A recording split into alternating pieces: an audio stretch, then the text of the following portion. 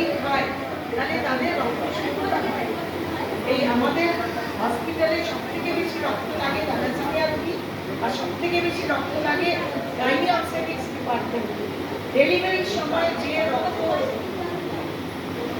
বেরোয় আর কি শরীর থেকে, ডেলিভারির সময় যে সিজারিয়ান ডেলিভারি হোক বা নর্মাল ডেলিভারি হোক, সেই রক্তটা যে আমাদের শরীর থেকে বেরোচ্ছে মহিলাদের, সেই রক্তটা শরীর থেকে বেরোবার সময় নিজেকে মানে বাঁচাবার ক্ষমতা হচ্ছে ওই মাকে আগে থেকে রেডি করে রাখতে হবে।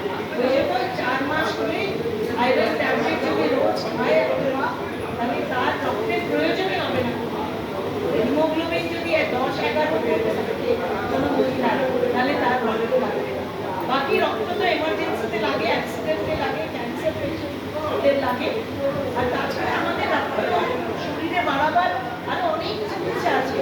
আয়রন ইনজেকশন আছে। আমি জানি না আমাদের সরকার কেন এটা বারবার এটাকে বলে না আমাদের হসপিটালের ডাক্তারদের। আমাদের মায়েদের যদি আয়রন ইনজেকশন দেওয়া হয়, এক একটা আয়রন ইনজেকশন মাসে যদি 2টো করে আয়রন ইনজেকশন দেওয়া হয়, তাহলে তারও রক্ত তাড়াতাড়ি হয়ে গেছে।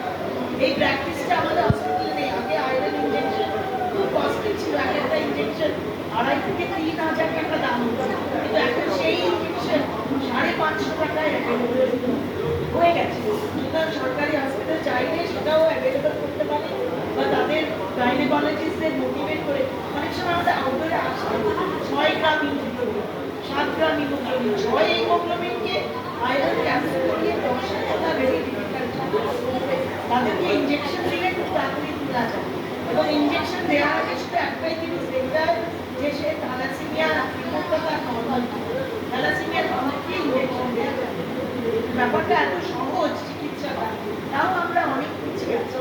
তাই আগামী দিন আর কি আমাদের এগোতে হবে। যে শুরুতে বললাম না, সব একটা মহিলা ডাক্তারকে কিভাবে এডুকেশন, একটা হচ্ছে এমপ্লয়মেন্ট, আর একটা হচ্ছে empowerment for women. Women empowerment না হলে দেশ হবে না। একটা মহিলার গর্ভে